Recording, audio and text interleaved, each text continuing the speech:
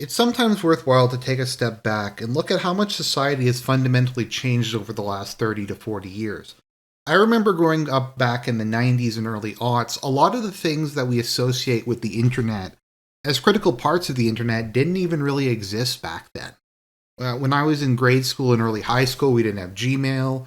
Wikipedia existed, but it was nothing like what it would be today. I remember when YouTube first came out, when the first Let's Plays were being made, when Google Video was still a thing, when Facebook first came out. I even remember when MSM came out, MSN Instant Messenger came out, and I remember that being really the first big instant messaging app that really kind of went mainstream and that everybody was using, and it was just this fascinating thing. It was a novelty. No one had ever really seen anything like it before.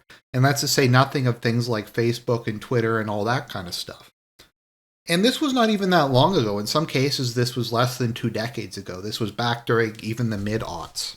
I remember when I was in high school, I saw the AVGN's first couple episodes starting to come out and things like that. And like I said, the internet was very different back then, and how people viewed the internet was very different. It was kind of viewed somewhat as a novelty. It's this thing that, maybe it's going to catch on, maybe it's not going to catch on. There's a lot of potential here. But back then, at least to me, the service was so unreliable, it was so slow, you couldn't really stream video. It would cut off all the time. If you're playing an online game, you get disconnected. And part of that is just because I live in Canada and we have horrible internet here. But even so, there was kind of an attitude of only weirdos use the internet. Everything on the internet is a lie. Everything on the internet is a scam. There's no legitimacy to any of this. Anything aside from maybe government websites is just things you should ignore. We were always told in school, never use the internet as a source for anything. So what did we use instead? We had these things called magazines and books and newspapers and, God forbid, asking somebody in real life a question. We had stuff like that we had to use. And I remember growing up, I was subscribed to Nintendo Power for years and years and years. And it used to be the most exciting day of the month. I'd get my new Nintendo Power, I'd sit down, I'd read the fan mail, I'd read what are the new games coming out, I'd read the reviews of the games. They would have ongoing walkthroughs, particularly from their first-party games. And if you wanted a walkthrough, you would either have to read Nintendo Power or there's other gamer magazines that would do walkthroughs for PC or PlayStation games, or you'd have to buy a pre-map strategy guide. And I periodically would get those as part of my Nintendo Power renewal. I got one for Majora's Mask, The Wind Waker, Super Smash Bros. Melee, and Oracle of Ages, Oracle of Seasons. And eventually, you would get GameSpot, you would get IGN, you would get GameFAQs, and you start having these guides. But they definitely took a while to catch on. And that's something as simple and unimportant as a video game guide. That's to say nothing of things like reviews of stuff like Amazon, eBay, PayPal. A lot of these things were just seen as scams and untrustworthy. Nowadays, if you want something to be reviewed or to watch a tutorial of something or anything like that, you go to YouTube or you go to Google or you find it somewhere online. And a lot of the IRL paper versions of these things don't even exist anymore. And that is where we enter into the tale of ReviewTechUSA, aka Rich. Now, I admit growing up, I never really watched ReviewTechUSA. I watched the AVGN, I watched the Nostalgia Critic, I watched some other stuff like that, but I had heard of him periodically. People would talk about him. He started, I believe, in 2008 and 2009. And once again, while there was YouTube, while people did use it somewhat, he was kind of, to my understanding, one of the first big guys who would cover gaming news, would cover tech news, would post these things on a regular basis, and was really kind of trying to make the internet into something more like a traditional news source or a traditional news wire or something like that, to kind of take something you normally get either on TV or in magazines and put it online. And I remember back when in high school Destructoid was the big thing, and its big kind of innovation, at least at the time, was that it purported to be video game journalism, and they had hired professional journalists Hopefully you can hear the air quotes in my voice. And they would try to do serious reviews of things and accept that, like, maybe video games and technology and computers weren't just for kids and weirdos. It was something that was mainstream. And so into this came Rich, and he started his channel, ReviewTechUSA. And for a long time, it was immensely successful. I mean, even to this day, the dude has over 1 million subs. Now, to my understanding, he used to put out about 3 videos per day. And I've talked to people who used to watch him like 10 years ago, people who have been watching him for decades. And in total, if you go and look at his channel, he has gotten a total of over 500 million views over time since he joined back in November 22nd, 2008. Much like DSP and a lot of other pioneers of the internet, he became big not because he was talented or intelligent or insightful, although some people may have found him that way, but because he was there first and he built up an infrastructure and a community and all that stuff very quickly. And for a long time, he put out consistent content. He would put out 2 to 3 videos a day, every day. He would cover all the big tech news. He would, as his name suggests, review tech that was coming out in the United States and also other parts of the world like Japan. And so Rich had a decade of relative success where it seemed like everything was going well. He was getting views, he was putting up content on time, people were giving him money, he was getting deals, he was doing advertising. Things were going great for him. And he wound up hiring his long-term friend Jay to be his editor. And the dynamic duo of Rich with his ponderous, ambient, sleep-inducing voice and Jay's high-energy editing made ReviewTechUSA a great success. Some might say that he was the dark side Phil of tech review. He got there early, he got big, and he held on. Unfortunately, much like dark side Phil, the internet tends to do something to your brain. For whatever reason, it seems like a lot of people who do YouTube or do Twitch or do any of these things just don't last very long. Like a decade seems to be the absolute max. If we look at all the successful content creators who have imploded due to drama or like random degeneracy or other bizarre stuff, it seems like, once again, you have about a decade max, with the very notable exception being the AVGN, who still seems to be going strong. But we have Nick Rekieta, we have iDubbbz, we have Phil, obviously, we have the Nostalgia Critic, and ReviewTechUSA. So a couple of years ago, Rich decided that he was unhappy with the way his life was going. He had just turned 40. His wife had left him. He has a couple kids. He moved in with his parents. To my understanding, he lives either in his parents' basement or in a room in their house. I'm not sure the exact mechanics. From what I've heard, his parents signed their house over to him on the understanding that they would continue to live there until they died. Although in a recent video, he said that he was going to sell the house and use the equity. So maybe he's going to kick his parents out on the street.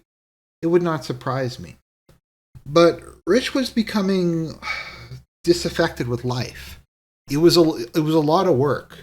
It was a lot of work to make 3 10-minute videos in a day. To just look at like his Google feed, to just do a couple searches, go, okay, what's the new news? What's the hot new game? What's the hot new tech product?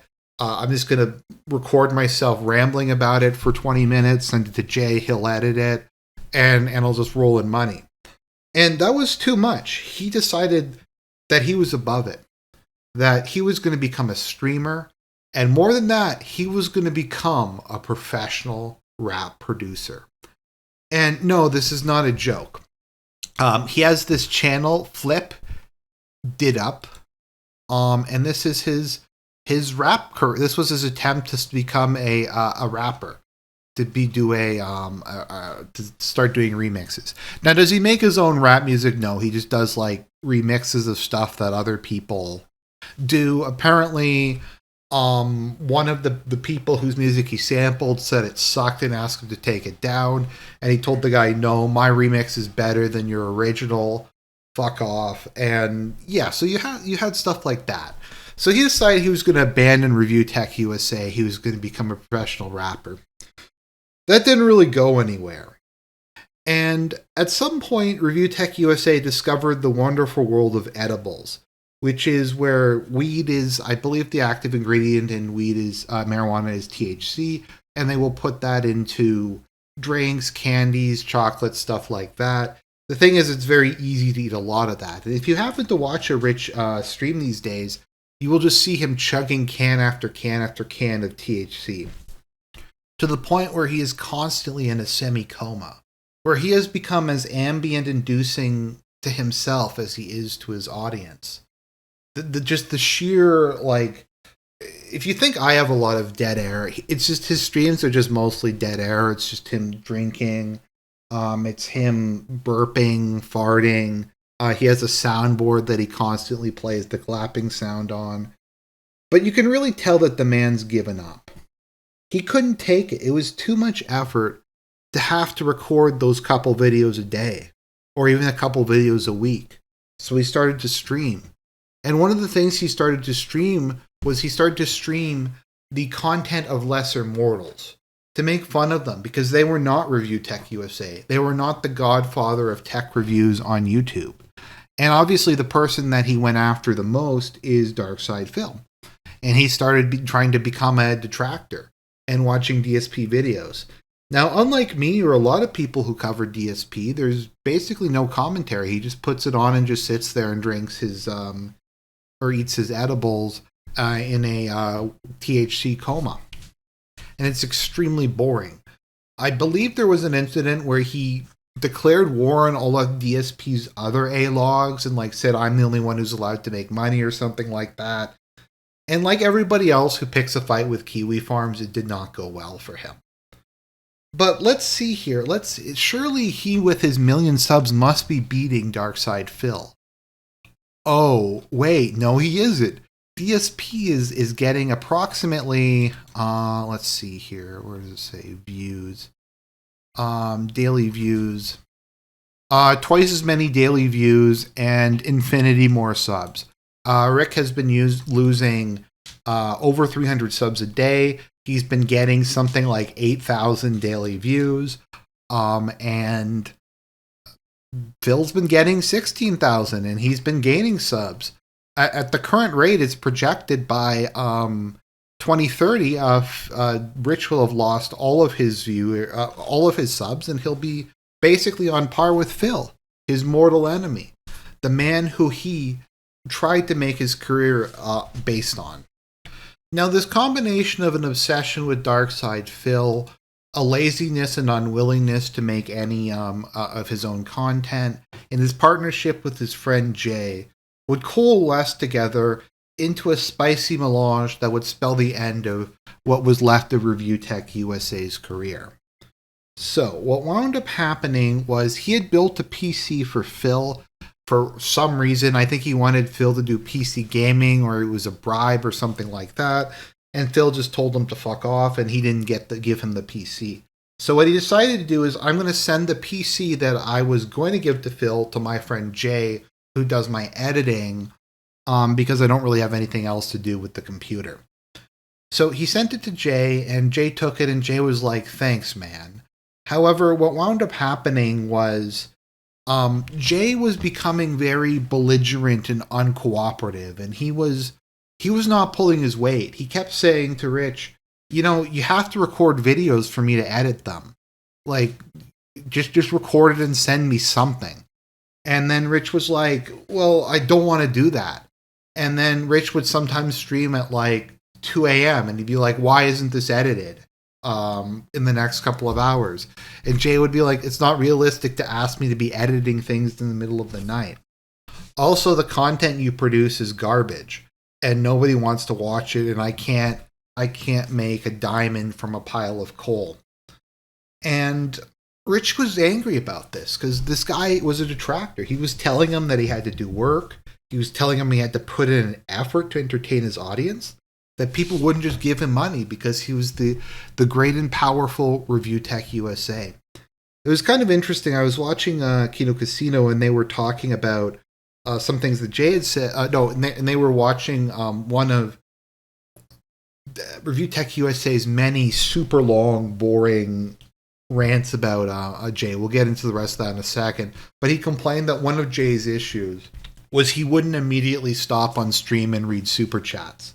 If it was like a $2 super chat and he was in the middle of a story, he would finish the story and then read super chats. And Rick really didn't like that. And he did stuff like he told him to work. He told him to like make content. To stop. I think he told him to stop getting constantly high on stream to try to entertain the audience. And these things were all just too much for Rich, because Rich is Review Tech USA. He reviews tech in the USA. No one else is allowed to do that. So he decided to fire Jay on his birthday and withheld his last paycheck from him, on the grounds that I've already paid this asshole enough money and I gave you that computer a couple years ago. And Jay needed the money because Review Tech USA barely paid him, because he's a massive piece of shit, to pay his rent. And Review Tech was like, no, it's not my concern. I was only your boss. I'm not going to give you your money. You don't deserve it. I was actually paying you too much. And so he came out and just started slamming him and stuff like that. And then Jay decided to go public and was just like, look, he didn't give me my money. I need this money. To quote DSP, I need this money. I really do. I need this money to pay my bills. And basically everybody sided with Jay against Rich. And he's never forgiven Jay for this. And Jay has become his mortal enemy. Because he humiliated him. And I think he eventually did have to pay him, but he resents it. And even though this happened years ago, he still talks about it on like a daily basis. He still seeds. He still hates Jay. Now, another important thing about Jay is Review Tech USA's daughter went blind. I'm not sure if she's still blind, but she had an infection or something, and the doctor gave her medication. The medication made her go blind. So he was in the hospital, like, taking care of her, just too depressed to work. And Jay took over the streams and kept the money coming in and kept the show fiscally solvent while he was in the hospital. I don't think he ever thanked him for that, and he didn't acknowledge that when he fired him. And in a lot of cases, the people's issue wasn't even necessarily that he fired Jay. Like, he could just be moving on. He could not have the money to pay him anymore. People didn't like it that he refused to pay him and scammed him, and then when people called him on it, he just spurred out and yelled at them and said they were detractors and said that he was the victim and all that kind of stuff. And so this has continued in a downward spiral, wherein he produces less and less content. If we want to look at the latest of the Review Tech USA content, he's made basically very, very little in the last couple months. For a guy who used to make like 3 videos a day, he's barely making anything. A lot of it is just drama videos at this point in time, and really boring live streams that nobody watches. He quit the internet a month ago for the 5th or 6th time. He apparently does this periodically as a way of getting views. But yeah, his main channel's dead. He has 1.02 million subs, and he gets on some videos like 27,000 views. He gets like CBC numbers, we'll put it that way. He gets like MSM level numbers relative to his sub base. Meanwhile, Jay went on to have his own streaming career. He started streaming. A lot of people like Jay. He has a couple, I think it might be a couple thousand subs now, a couple thousand paid subs. Things are going well for him. He's making way more money now than he ever did under Review Tech. He's got lots of positive feedback. People like him. The people who show up to his streams aren't detractors. He's doing really well. He's using his skills as an editor. He's doing a good job streaming. I don't watch it because it's not really my content, but from what people tell me or what I've read, it sounds like he's doing pretty well. However, Rich can't let it go, because the reason that he decided to stop making content, the reason that his life is complete and total shit, is Jay's fault. If Jay hadn't have left, if Jay hadn't have made him not pay him, then all of these things would have worked out. So, remember how we talked about that computer? Okay, sorry, just a side note. So, ReviewTech attempted to do like a bunch of G-slur ops behind the scenes. There was doxing, there was flagging campaigns, stuff like that. He declared that he was going to try to ruin Jay's career to make him homeless as revenge. And this big war went on for a long time. It didn't really go anywhere because Rich is retarded and incompetent. But Rich had one last card to play. Some might say it's the mother of all G-slur 24-hour ops. Now, he had that computer that he was going to give to DSP that he had sent to Jay. And it turns out that there was some interesting software that might have been installed on that computer. It seemed that like Jay's stream started turning off and on, his computer would turn off and on, and just other stuff like that would happen. People would go into his social media accounts, his PayPal, his Twitter, his Twitch. It was all very, very strange. And it pretty much came out that, yeah, it was ReviewTech. He had installed keyloggers and a whole bunch of other stuff. I'm not sure if this is proven like in a court of law, but yeah, it looks like he installed keyloggers and all this other stuff. And the whole thing was a massive honeypot where he was going to send this to DSP and then he was going to use it to spy on Phil and fuck with him as a way of making money. And he had this, so he just decided to use it on Jay. And this really pissed a lot of people off, and people started to give Jay more money. And if you go to a ReviewTechUSA stream, it's everybody just shitting on him for being an asshole and telling him to let it go. And so we've entered kind of the downward spiral of Seed, where he keeps getting angrier and angrier. And this has resulted in today, which is somebody hacked into his bank account, his PayPal, and all this stuff, and transferred all the money out. And I wonder who it could be. I wonder what kind of person would do something like that. Who would have the gall? Who would have the ability to do that? I mean, if we see here, we have. Okay. Let's just read what Jay said here. My bank was 100% accessed and money was e-transferred out. There's signs that my iCloud was accessed, which includes all photo, videos, notes. My IP address was shown in a video online. I've talked to the police. I've drawn a line in the sand with this. I'm done discussing this nonsense. I wonder who it could be who is behind it. I remember there was like I forget the exact G-slur op it was, but he was trying to like frame Andy Worski for doing it because he like showed a IP address from Canada that wasn't even the right part of Canada and said that was the reason. And like, is Andy Worski really like competent enough to hack something? And B, would he really not use a VPN? Maybe. I don't know. But so that happened. This thing is currently going on where his money got stolen. And I feel for the guy. This has happened to me a couple of times.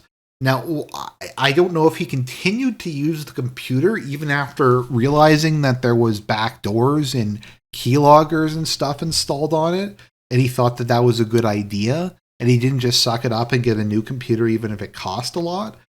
I don't really know. The whole thing is really weird, and something doesn't smell right, but I think there's a very, very high probability that we know who's behind it. Jay is, however, kind of naive, so he's like, I've talked directly to ReviewTechUSA and he's willing to fully cooperate and denies any involvement. At this point, it's just out of hand, and again, thank you for the support. Worski has the most rational take here. Do not speak to Rich anymore, let the police do their work. Why would he talk to Rich at this point? Like, I don't get why he would talk to him, why he would give him a heads up that he knows, why he wouldn't just talk to the police and the bank and try to get the money back. I don't know. From my understanding, Jay is just overly forgiving and keeps trying to bury the hatchet with Rick and stuff like that. I think at this point he just needs to go scorched earth on the guy and just burn down what little he has left. And so that's where we are with the current drama. There is another story, though, that I think is worth talking about. Was the incident involving his ex-wife's kids. Now, as the whole Jay saga was ongoing, KinoCasino said they were going to do a stream called ReviewTechUSA Exposed. Now, they were referring to the Jay stuff, but ReviewTech thought that they were referring to something else. And that what they were referring to was the swimsuit and other pictures of his ex-wife's kids that were on his phone and computer. Apparently, her phone is linked to his Dropbox, and pictures of the kids get uploaded to there, and he likes to look at them or something like that. So he came out and said, look, this is all true, but I was hacked by Andy Worski, because Andy Worski is competent enough to do it, because the IP address that hacked me was from Canada. It was from a different part of Canada, but like, Andy Worski's the only person who lives in Canada. And how he got past two-factor authentication was the phone vibrated, and it fell off of my my desk, and then it hit the button for two-factor authentication, and Worski got in, and he got all these images, and he's a pedophile, and all this stuff. And so he just went on stream and confessed to everything. I don't think anybody even really knew about this until he brought it up. They weren't even going to talk about it. So then this stuff all came out, and so he keeps coming up with different explanations for it. Regardless of what you think about it, though, it's really fucking weird. They would have all these swimsuit pics of the children of his ex-wife, and then I think they're still uploading pictures to it. I don't know, that just seems a little sussy to me. Also, the fact that he keeps changing his story is really not a good sign. It is funny, though, he was the one who preemptively came out with it. But I suppose when you review tech for a living, you are a lot more competent about these things than the rest of us mere mortals. So as we wait to see the results of the bank's investigation and the possible police charges, we have to ask ourselves, how did we get here? How did a simple man who just wanted to review technology on the internet, who just wanted to play games, who just wanted to drink his THC drinks and have fun, how do we get to this point where he's being accused of installing keyloggers, of robbing people's banks, which I think Jay is Canadian, so that would be like a cross-border theft, which I think is pretty sure is a felony. At least one felony, if not multiple felonies. The attempting to ruin people's lives, the failed career as a rap producer, all these things. How did we get to here? And this is a question I've asked myself a lot, because like I said, it seems these people have maybe 10 years in them, and then they just implode and insane stuff happens. I recall that this is something that was discussed by Frank Herbert in, I forget if it was Dune or Dune Messiah, but he stated, power does not corrupt, it attracts the corrupt. That is, people who want power and want to abuse it are the exact kind of people who tend to find themselves in positions of power, because humble, decent, hardworking people who have bigger concerns tend not to be interested in it. They're too busy feeding their family or going to church or stuff like that. It's also why so many professional activists tend to be weirdos, because if they weren't weirdos, they'd have something else that they were doing with their time. Perhaps another example would be the whole phenomenon, you might have heard of it, of how lottery winners tend to lose all the money within a year or so. And this is often put as it's poor people don't know how to manage money, and that is often the case. But the real reason is the lottery is almost always won by gambling addicts. Now, that doesn't mean that if you're a gambling addict, you're going to win the lottery, but who do you think buys most of the tickets to lotteries or stuff like that? I mean, it's going to be gambling addicts. Like you or I might just for fun buy, you go, oh, it's $100 million, let's just get one ticket. But there are people who buy 20, 30 tickets a week, and there's millions of these people, so it's probably going to be one of them who wins it. And then once they win it, they immediately just keep gambling the money away because they have poor impulse control or a mental illness or something like that. So much as with that, it seems that YouTube attracts the corrupt. It seems that the kind of man who can make it online is also the kind of man who cannot survive online. the man who is autistic and antisocial and dedicated to weird technology enough to make a career on YouTube is also the kind of person who can't deal with money or fame or interacting with other human beings, who can't handle the internet. And I think this tends to be the case, and I don't think it necessarily the internet creates these people. I think that these people have just always been there. As Christ said, the poor will always be among you. The Spurgs have always been among us.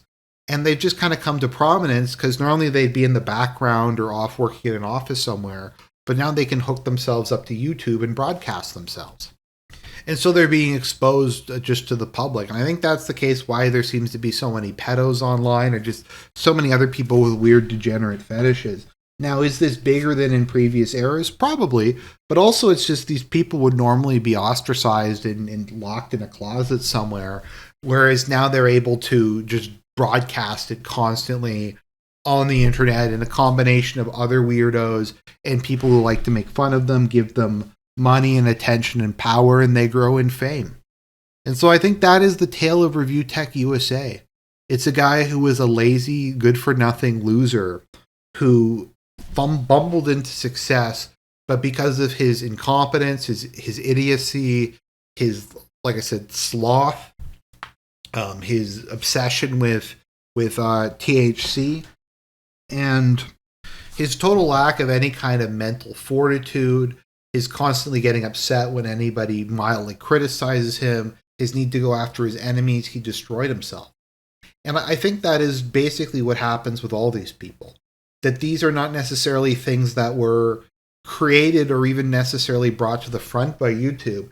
It's just that you have somebody who is inherently unstable, is inherently a mess.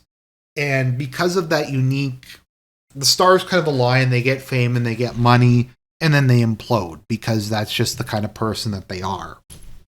It's just that they're doing it in public. And I think that's the thing to kind of tie this back to rackets. And I think ReviewTechUSA needs to hire Nick Rekieta to defend him against these accusations from Jay to complete the circle. People had a lot of hope for him. I mean, people knew that Rich was a weird guy from the start. I'm sure some people had their suspicions maybe about iDubbbz. Phil obviously has had issues since the beginning. But a lot of people thought Nick Rekieta was the chosen one. He had a family support system. He didn't seem like he was a space mutant. All that kind of stuff. And even he turned out to just be a massive degenerate weirdo. So I guess that's always the question. It's the nature or the nurture. Are the people just like this? And rather than the internet corrupting them and the money corrupting them and the fame corrupting them, it's just basically enabling them to be the person that they always were and just give them the resources to be that person. I think it's an interesting question. I tend towards the idea that people don't really change. I think there's a corrupt and an ideal version of a person, and they can move towards one or the other of those. And they are reflections of each other. They're similar to each other. So I don't think the fundamental core changes. I think how the traits exhibit themselves, how they're used and stuff like that can change. But I just don't think... I think Rich was probably always like this, and just as time went on, he just got worse and worse and worse. And he was unable to repress his bad intentions and his bad tendencies even long enough to just keep making money so he could enjoy his THC. I think that's always the sad thing. So he's going to continue to live with his elderly parents. His kids aren't going to be fed, or maybe I guess his elderly parents are going to feed his kids. I just kind of wish that these degenerates would just not have children. Like, if you don't want any adult responsibilities, if you're not willing to put in the time and the effort, just don't have kids. Like, it's not fair to them. It's not fair to them if you're just a fuck-off deadbeat loser like Rich or a drug addict like Nick Rekieta is. If that's the life you want, then don't make children suffer for your own issues. It's profoundly selfish. But that's my thoughts on the matter. If people want me to do more lolcow stuff, you can let me know. Thank you very much to KinoCasino. A lot of the information here comes from that. And have a great day, everybody.